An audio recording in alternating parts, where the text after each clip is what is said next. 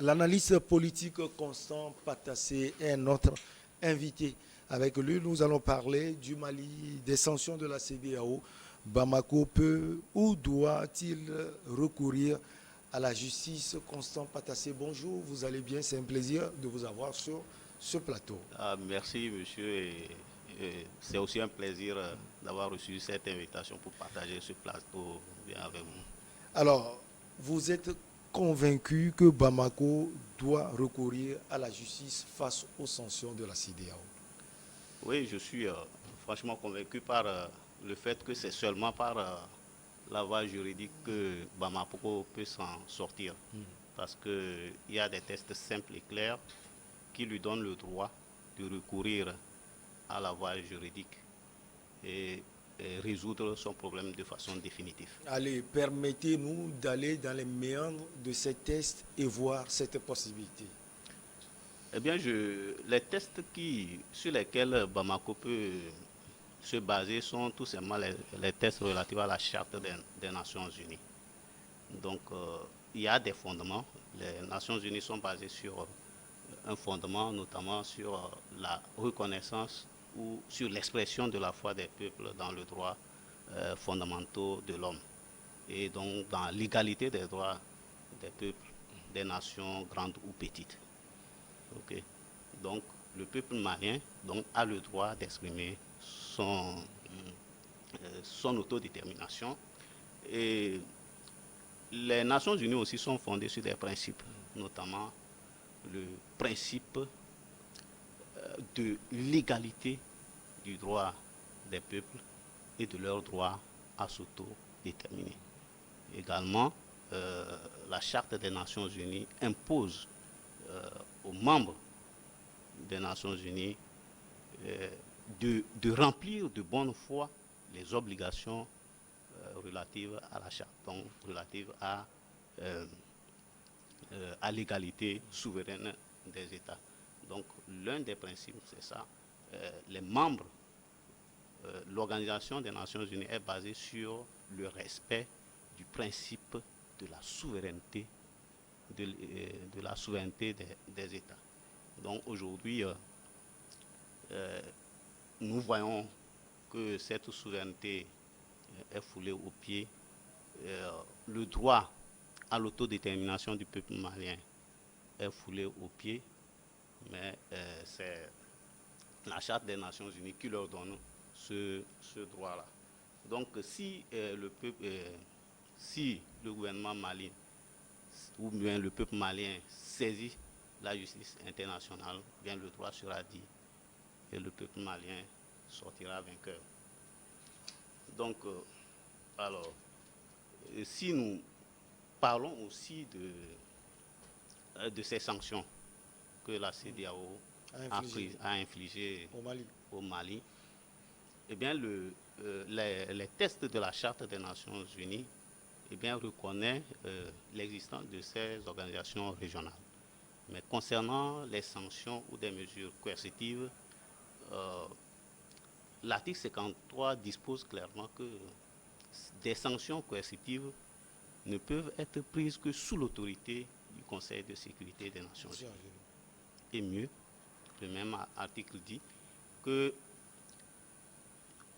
aucune mesure coercitive ne peut être prise à l'encontre d'un État sans l'autorisation du Conseil de sécurité des Nations Unies. Ce qui n'a pas été fait au niveau de la CEDEAO. Aussitôt pris, aussitôt mis en application sans la consultation du Conseil de sécurité. Là, il y a violation flagrante des tests des Nations Unies. Est-ce qu'on va dire que parce que c'est le Mali, les Nations Unies cessent d'exister?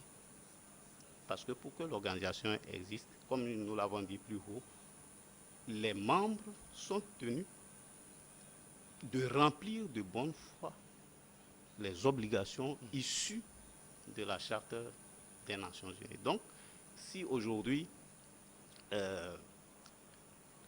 le gouvernement ou le peuple malien saisit n'importe quelle juridiction, elle sortira vainqueur. Le Mali sortira vainqueur de la bataille juridique qu'elle doit mener et qui a d'ailleurs été annoncée par Choguel Maïga entre-temps.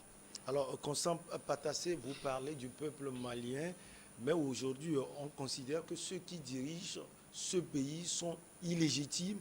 Ce n'est pas cela aussi le problème. Oui, quand vous parlez de la légitimité, on sait ce qui s'est passé dès le début.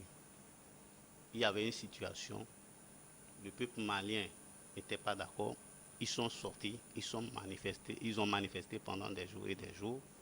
Il y a eu bien sûr un coup d'État, mais le peuple malien est sorti pour soutenir euh, les autorités actuelles, donc pour leur concéder quand même une légitimité. C'est vrai qu'on peut dire que ça n'a pas procédé par vote, mais parfois, quand on vote, parfois il suffit que les gens plébiscitent. Il suffit qu'on n'est pas forcément obligé d'aller voter avec des bulletins comme dans une urne, mais il suffit que tout le monde se soulève, bon, et puis on acclame, et puis bon, le vote est consenti. Mais je pense aussi que euh, un des moyens pour légaliser en fait la durée qui est contestée est tout simplement de soumettre cette proposition, élaborée d'ailleurs par la concertation nationale, au vote aussi. C'est possible, puisque bon, en quelques jours seulement, l'appel a été soutenu majoritairement par le peuple malien et par d'autres peuples d'Afrique. Donc si euh, le gouvernement malien, le gouvernement de transition soumet cette durée à la consultation nationale, une légitimité sera donnée et puis c'est fini. Le rapport sera adressé à toutes les instituts, à tous les pays et puis bon, c'est fini, personne ne pourra plus rien dire. Je pense que bon, ça aussi c'est une voie, mais et puis cette voie aussi permettra au moins de soulager les autres présidents de la communauté qui peut-être ont pris même cette disposition malgré eux. Vous dites, malgré eux, ils ont été, selon vous, aiguillonnés par quelqu'un, par une puissance. Je ne sais pas. Pas forcément qu'ils ont été aiguillonnés, mais parfois ils n'ont pas le choix. On sait que, bon, parfois, bon, on sent bien sûr qu'il y a une épée de Damoclès qui pèse sur leur tête. Et donc aujourd'hui, quand on s'attaque à ces dirigeants, bon, moi, je les considère comme des sorciers. Okay? Mais un sorcier, pour qu'il soit sorcier, il faut qu'il ait des diables. Okay? Il faut qu'il y ait des diables qui le conduisent à faire du mal. Donc, s'il n'y a pas de diable, si on trouve des moyens pour le séparer de ces diables, de les exorciser, c'est fini. Donc, il est question plutôt, au lieu de les attaquer, reconnaître que ces présidents n'agissent pas forcément de leur plein gré. Et ça va donc leur donner le pouvoir donc de revenir vers leur peuple. Et je pense même que la voie juridique est très importante parce que si vraiment le peuple, le gouvernement remporte cette bataille, ça peut donner une jurisprudence très puissante pour tous les peuples africains qui sont sous la tutelle de la France.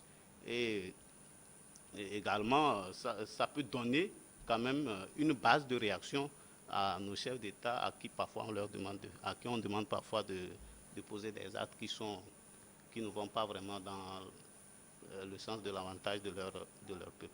Alors, Constant Patassé, dernière nouvelle, on remarque que les autorités maliennes ouvrent un couloir pour ouvrir les discussions entre elles et puis la communauté sous-régionale, je vais parler de la CEDEAO et l'Union africaine.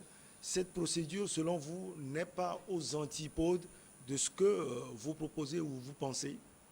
Euh, Toute mesure pour apaiser la situation est bonne. Mais je pense que nous sommes dans un tournant historique. Et la voie juridique aujourd'hui est vraiment la meilleure. Parce que si le Mali gagne tous ses procès, que ce soit contre la CEDEAO, contre la France, contre l'Union européenne, mais même contre les États-Unis, les négociations qu'il va ouvrir se feront en position de force pour le Mali. Et ce sera le Mali de dicter sa volonté, ce sera au peuple malien, par ces négociations, d'exprimer clairement leur volonté, et tout le monde sera obligé de les accepter. Je peux dire que, bon, le comportement, par exemple, de la France est dû au fait que, bon, elle estime que c'est elle qui, qui a colonisé tous ces pays, mais les tests, ou bien la Charte des Nations Unies dispose des tests qui règlent cette question de la gouvernance des territoires non autonomes et des régimes de tutelle. Et donc, aujourd'hui, ces tests, si on voit le résultat, le résultat ne reflète pas du tout la mission que les Nations Unies ont confiée à la France pour, par exemple, les territoires qu'elle a gérés. En effet, l'article 73 de la Charte dispose clairement que, en fait, la gouvernance des territoires non autonomes doit se faire sur le respect du principe de la primauté des intérêts du peuple qui occupe ces territoires. Et que les dirigeants de ces territoires acceptent comme principe sacré l'obligation donc de promouvoir le bien-être de ces peuples. Et nous voyons que quand on dit de promouvoir de toute manière que possible.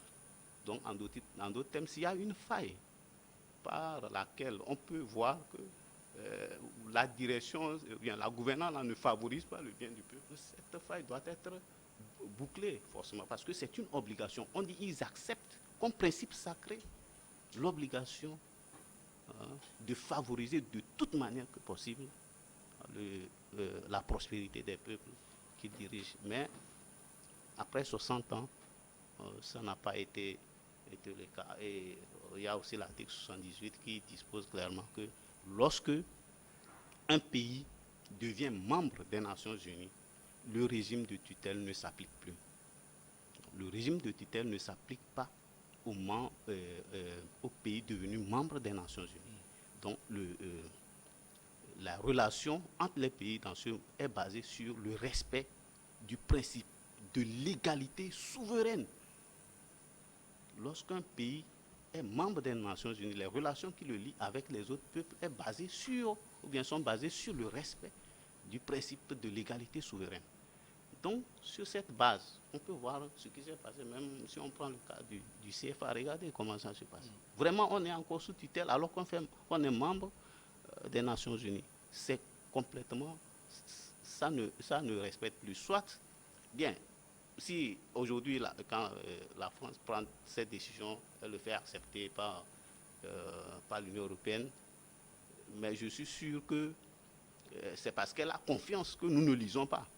Mais aujourd'hui, heureusement, il y a Internet qui permet que nous, les pauvres qui ne pouvons pas voyager pour fouiller dans les informations pour fouiller dans les musées ou autres, nous avons aussi accès à ces informations. Il suffit de se poser des questions, de taper, et puis vous lisez, et puis vous avez ça. Moi, je ne suis pas juriste, je n'ai rien à voir avec, bon, même si j'ai fait des études où mais bon, j'ai juste voulu savoir qu'est-ce qui se passe concrètement et voilà ce qui sort. Donc, aujourd'hui, on ne peut plus rien cacher.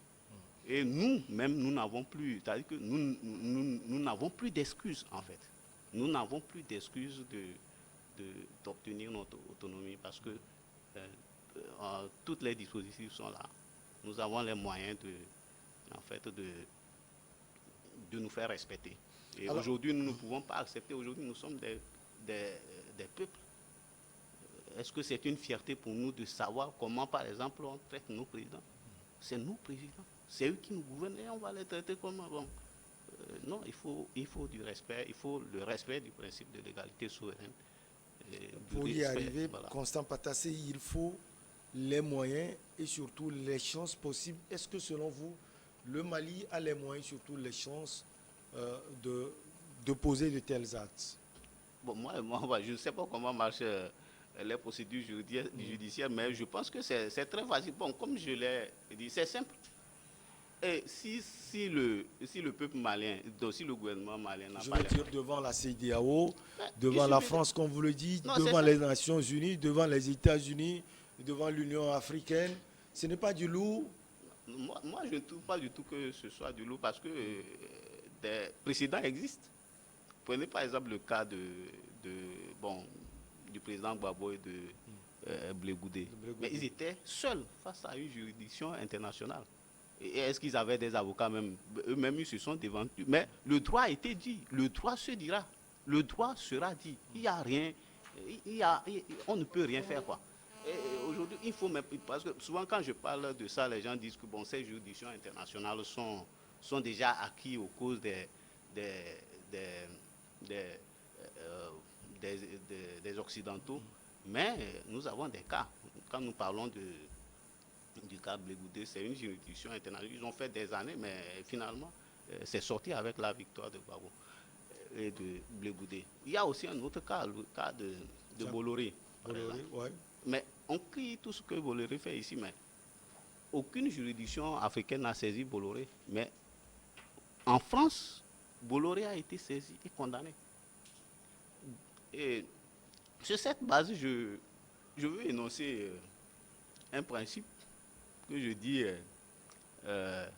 il est temps pour nous d'utiliser ce que j'appelle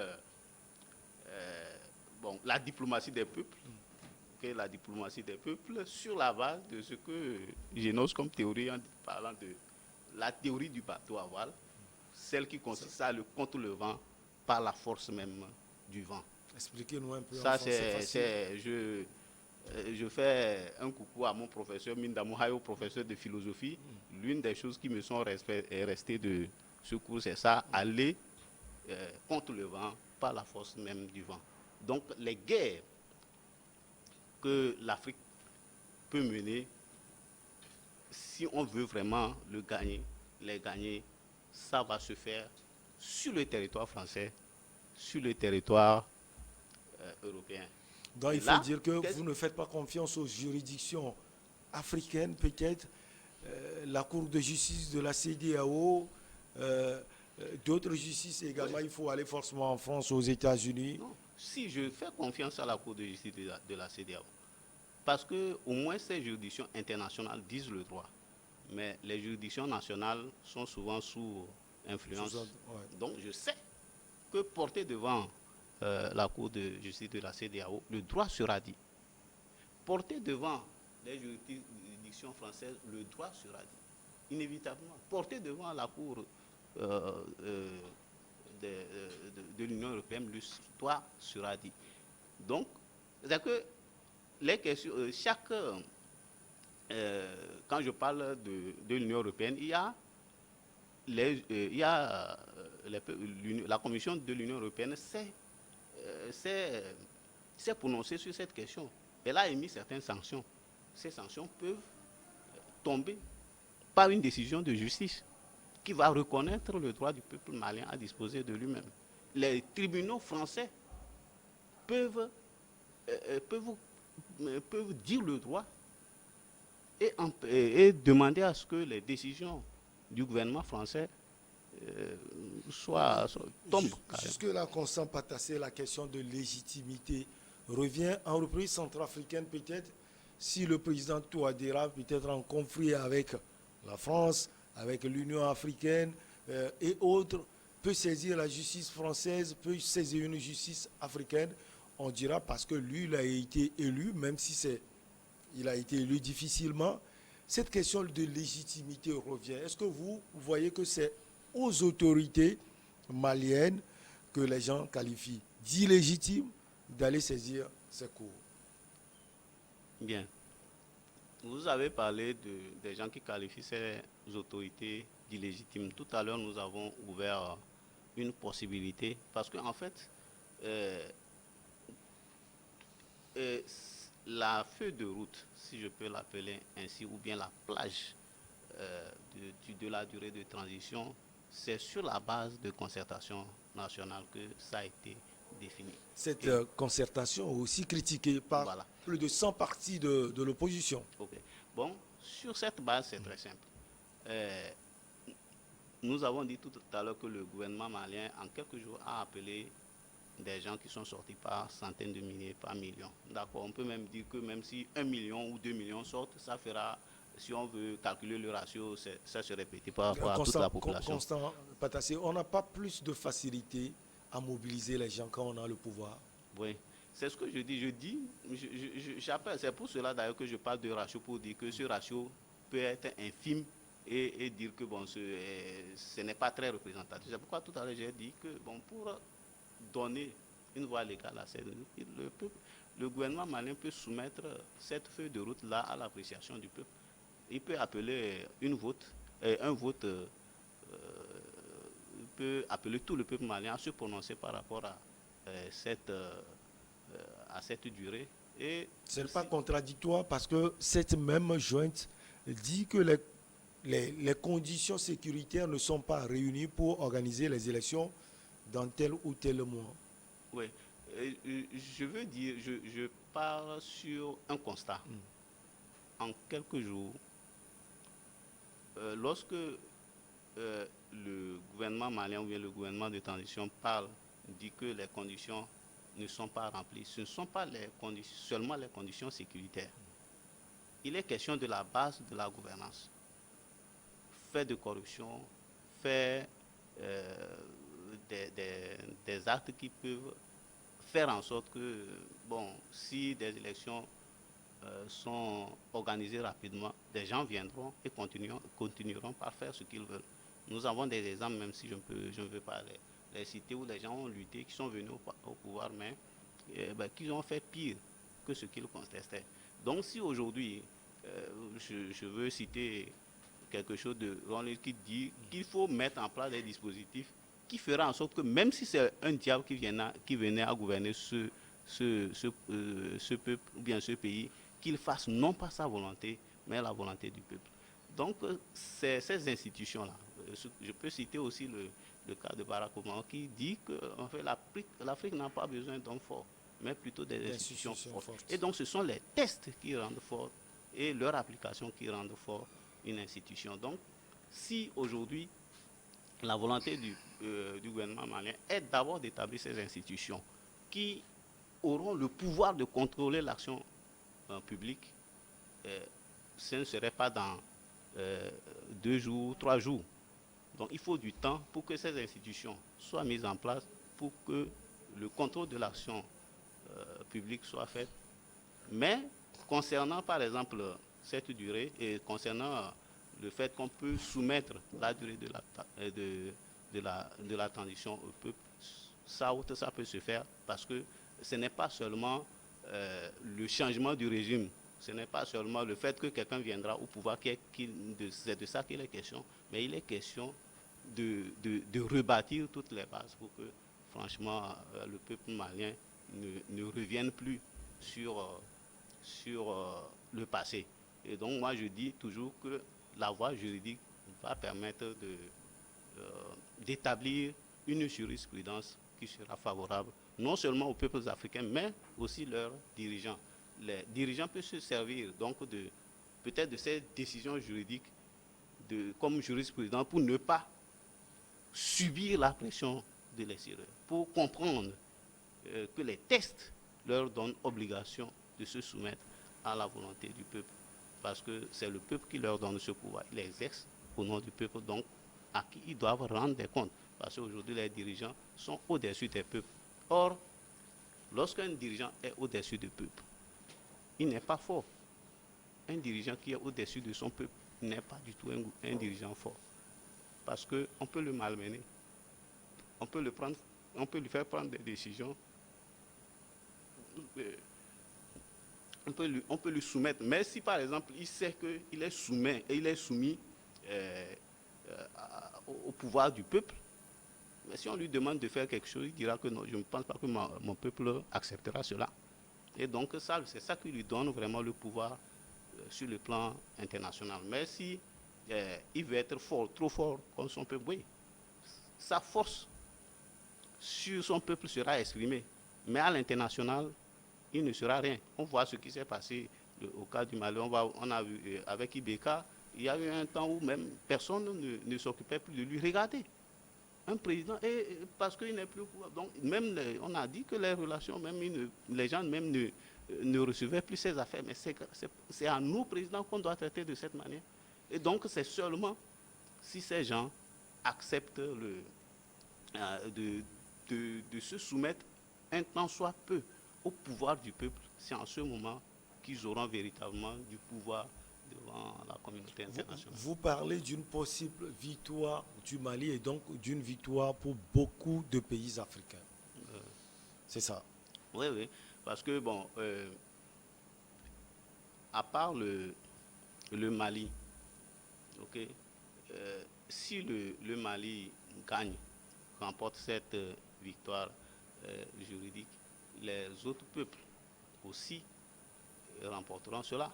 Parce que, regardez, il est question, par exemple, même si je ne vais pas l'évoquer totalement ici, il est question surtout du partage de la richesse malienne. Et si aujourd'hui, le Mali réussit à établir sa souveraineté sur sa propre gouvernance de son pays, les autres peuples aussi le suivront. Je dis que cela peut servir de jurisprudence. Mais si on doit résoudre ce problème uniquement par les voies diplomatiques permettent de faire des concessions. Et des concessions qui peuvent être dangereuses, qui peuvent même ramener la situation comme au départ. Donc, si les peuples, si aujourd'hui un pays voit que par cette voie, ici on a eu l'autonomie, ben, les autres aussi suivront. Alors, vous pensez à cette voie juridique, vous pensez à une victoire. Est-ce qu'il vous arrive aussi de penser à ce côté échec? Est-ce que c'est possible aussi pour le Mali d'échouer? En tout cas, si on passe par la voie juridique, c'est impossible. Parce que le droit sera dit, les tests sont là. C'est impossible. Les tests sont là. Il est fait obligation aux membres des Nations Unies de remplir de bonne foi les obligations issues de la Charte des Nations Unies. Et ces obligations leur demandent de respecter la souveraineté des peuples, de respecter le droit des peuples à s'autodéterminer. Donc aujourd'hui, regardez, bon, je ne suis pas un j'ai juste fait mes propres recherches. Ouais, je ne me permets pas de citer. Je ne me permets pas de. Je me permets pas de citer X ou Y. Je peux dire tout simplement que nous avons entendu des ministres parler d'un pays comme si, bon, il parlait à ses enfants. Si aujourd'hui, ces tests sont clairs, mais au moins, les gens ne vont plus parler de cette manière.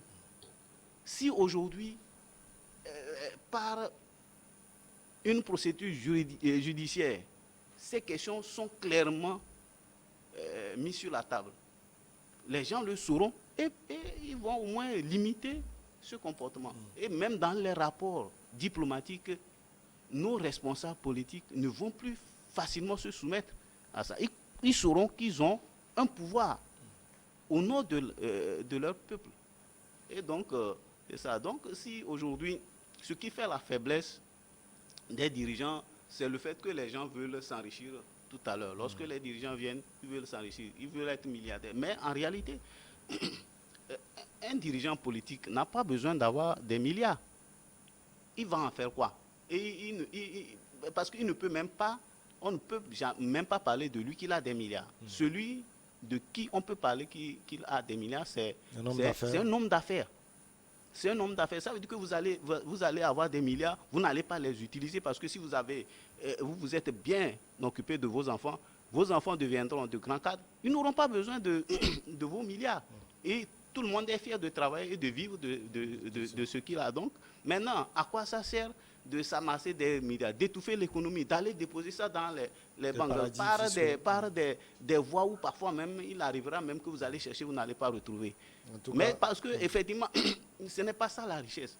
Parce que si c'était la richesse, bon, lorsque vous avez des milliards, vous savez que vous avez des milliards, vous allez laisser. Mais ce n'est pas le cas. Donc si aujourd'hui, la volonté des dirigeants est d'abord est bâtie sur une vision.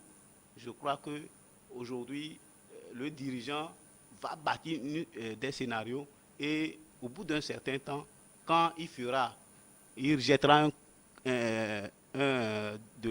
ses yeux par derrière, il dira, oui, les objectifs que je me suis fixés sont atteints.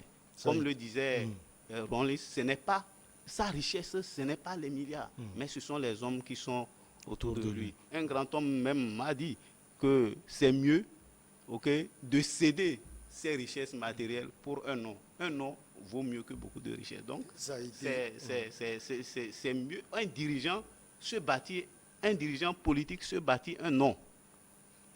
Il ne se bâtit pas. Aujourd'hui, on a des milliards, on a des dirigeants qui ont été des milliardaires. Mais aujourd'hui, de qui on parle? On parle de Nelson Mandela, qui n'a même pas eu une maison. On parle de Mathieu Kérékou, qui n'a même pas eu une maison. Mais ils ont construit des peuples. Nous aussi, nous avons les efforts sont faits. Et merci beaucoup à vous, Constant Patassé. Le message est passé. Il est d'ailleurs clair. C'est un plaisir pour nous de vous avoir sur ce plateau. Avec vous, nous avons parlé du Mali. Sanction, Bamako peut ou doit-il recourir à la justice? Merci. Merci aussi. Allez, on marque une pause pour le journal et derrière, on reçoit nos invités pour Regard Croisé. Merci.